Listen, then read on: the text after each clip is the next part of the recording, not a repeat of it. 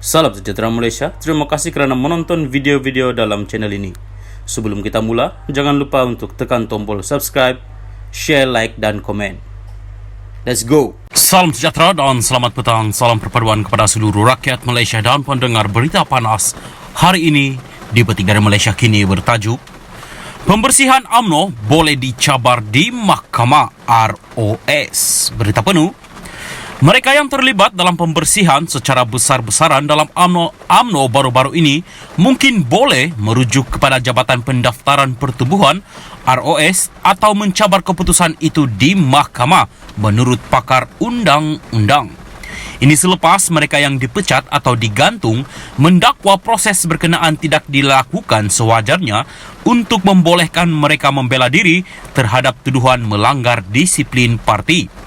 Ketika dihubungi, ahli Parlimen Pasir Gudang yang juga peguam, Hassan Karim berkata tindakan UMNO itu mungkin melanggar Seksyen 18C Akta Pertubuhan 1966.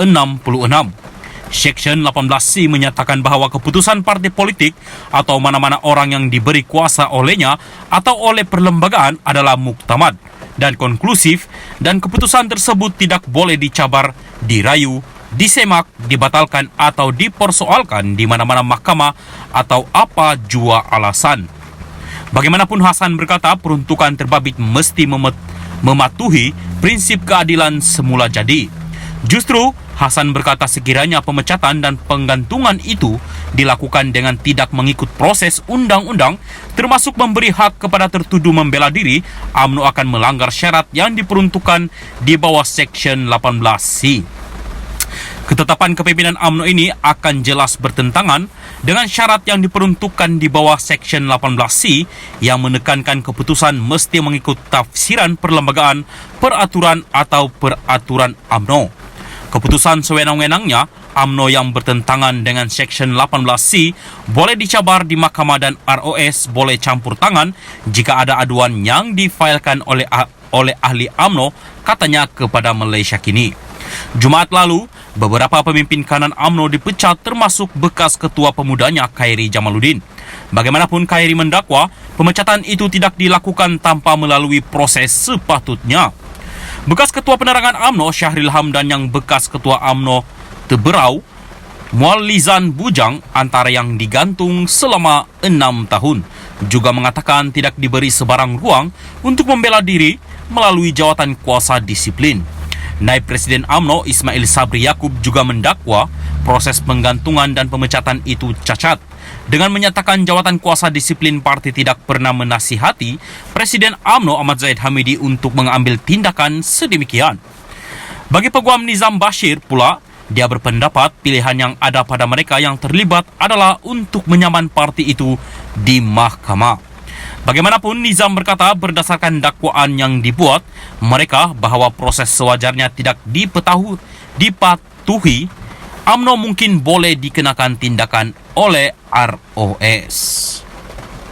Sejahtera dan selamat tengah hari kepada seluruh rakyat Malaysia dan pendengar berita panas. Hari ini dipetik dari Malaysia Kini bertajuk Proses pecat gantung oleh UMNO cacat, Ismail Sabri. Berita penuh, Naib Presiden UMNO Ismail Sabri Yaakob berkata terdapat kecacatan dalam proses pemecatan dan penggantungan beberapa pemimpin parti itu semalam.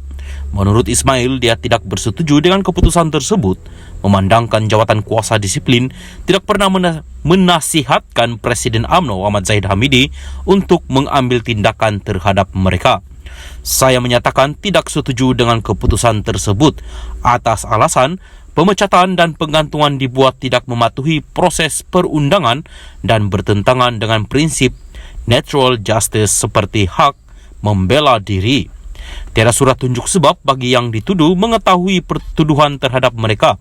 Tiada ruang menjawab pertuduhan melalui surat tunjuk sebab tersebut, katanya dalam hantaran di Instagram.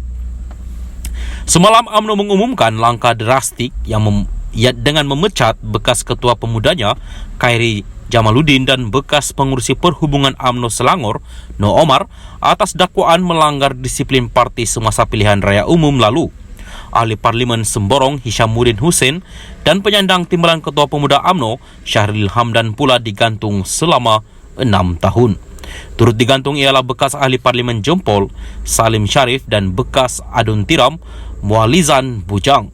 Seramai 42 ahli UMNO lain turut dipecat daripada parti itu atas dakwaan melakukan pelbagai kesalahan. Menurut Ismail, jika pihak yang menuduh tidak berpuas hati, mereka yang dituduh perlu dirujuk kepada pendengaran dalam jawatan kuasa disiplin bagi mempertahankan diri. Tambahnya, pertuduhan ke atas mereka perlu dibuktikan dengan saksi juga boleh dibawa kepada jawatan kuasa disiplin. Jika jawatan kuasa disiplin mendapati yang dituduh bersalah atau sebaliknya, maka jawatan kuasa disiplin perlu memberi cadangan kepada jawatan kuasa pengurusan UMNO.